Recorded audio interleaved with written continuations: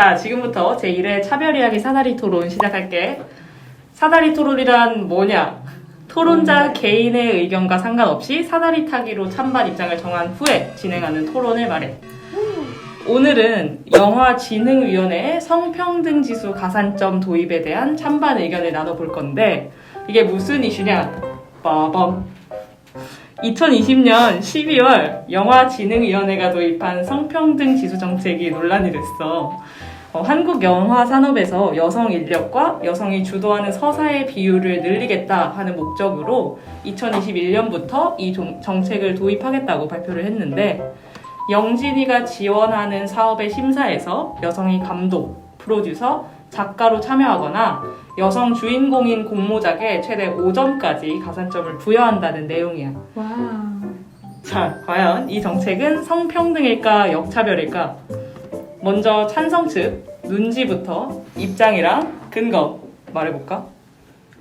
나는 여성 서사 그리고 여성 작가에 대한 차별, 유리천장이 없어졌다고는 하는데, 사실 여성이 중심으로 서사가 진행된 작품이나 여성 감독의 비율이 현저히 낮은 게 현실이라 생각해. 너 혹시 백델 테스트라고 들어봤니? 아이, 우리가 카드뉴스 만들었었잖아. 그래, 맞아. 백델 테스트라고 영화의 성평등을 가늠한 지수로 널리 활용되어 그 테스트가 있어. 이 테스트를 판단하는 기준이 영화에 얼마나 여성이 주도적인 캐릭터로 등장하는지에 따라서 이 테스트를 통과하냐 못하냐가 나뉘거든. 근데 진짜 놀라운 건 2020년인 작년에 이 기준을 모두 통과한 영화가 10편밖에 없었대. 말이 되니? 아니. 영화 산업의 다양성을 위해서라도 나는 이런 정책이 꼭 필요하다 생각해. 그럼 반대측인 최공이 주장이랑 근거 말해볼까? 이렇게 성평등 지수 가산점제라는 이름으로 시행되는 거는 왠지 지금까지 영화 구조가 남성 인력과 남성 서사를 중심으로 이루어졌던 이런 성불평등한 구조적인 문제를 좀 반성하고 해결하기 위한 움직임이라는 생각이 들었어. 근데 이렇게 성평등을 위해서 여성 인력, 여성 서사에게 가산점을 주는 거는 오히려 좀 남자랑 여자를 서로 대척점에 세우는 거에 불과하지 않을까? 지금까지 영화 산업에서 남성 인물에 비해서 여성 인물의 서사가 좀 다소 한정적이고 스테레오타입으로 굳어져 있다는 건 진짜 사실이야. 하지만 이를 해결하기 위해서 여성 서사만을 우선적으로 만들어내는 것보다는 남성과 여성 모두가 함께 다양한 인물상으로 그려지는 게 더 바람직한 게 아닐까라는 생각이 들어.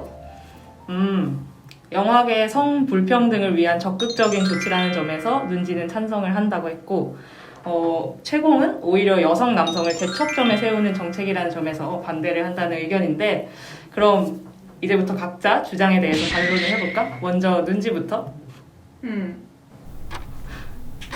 네. 토론에 집중 부탁드립니다.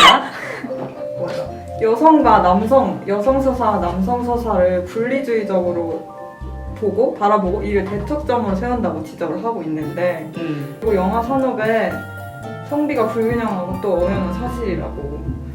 이는 지난 10년간 영화학과 학생이 꾸준히 50%를 넘었고 여성 관객도 50%를 넘었어.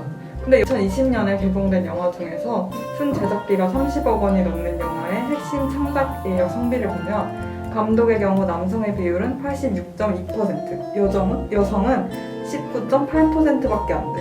영화 산업 자체가 여성이 일하기 힘든 작업 환경이고 직업 특성상 여성이 적은 건 사실이지만, 나는 오히려 그렇기 때문에 여성이 영화 산업에 더 진출할 수 있도록 이런 가산점제를 통해서 격려를 해줘야 된다 생각해.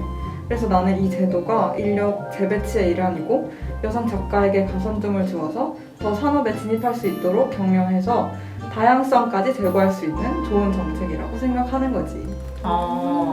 그러면 반대측 최공이 반론해볼까? 영화 산업 내 핵심 창작 인력의 비율이 여성에 비해 남성이 압도적으로 많다는 것, 그리고 또 주연 배우의 비율도 남성 배우가 훨씬 높은 것에 대해서는 나도 충분히 인정해. 하지만 이처럼 평가를 하는 공모전에서 여성 인력, 여성 서사의 작품에 가산점을 준다는 게 옳은 건지는 잘 모르겠어.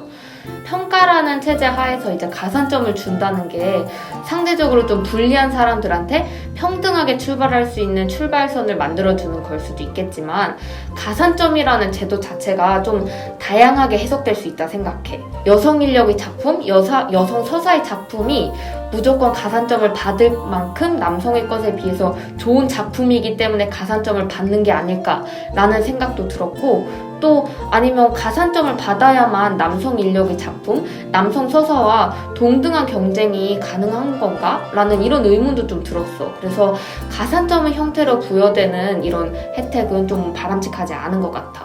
그럼 이제 마지막으로 각자 주장을 정리하면서 토론 마무리할 건데 찬성 측 눈지부터 정리해볼까?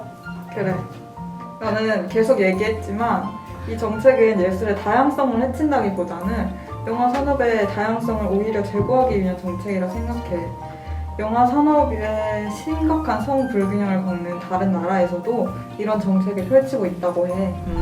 스웨덴은 공적 제작 기금의 50%는 반드시 여성 창작자에게 돌아가도록 규정하고 있고, 호주에서는 공적 기금을 받는 프로젝트에서 여성을 고용할 때 임금을 지원하는 제도를 시행하고 있다고 해. 이처럼 영화 산업에서 여성 핵심 인력이 현저히 낮은 점, 전체 영화 산업에서 여성 서사는 일부에 불과한 점을 고려할 때 이 정책은 필요한 정책이라고 생각해. 그러면은 반대측 채공이 마지막 입장 정리해줄까? 영화라는 창작물 자체가 특정 이념을 두고 가치의 좋고 나쁨을 판단할 수 없는 거라고 난 생각해. 영화라는 예술적 영역의 측면을 봤을 때 영화진흥위원회 이러한 평가 기준이 오히려 나는 창작의 다양성과 자유를 해치는 건 아닐까라는 생각이 들어.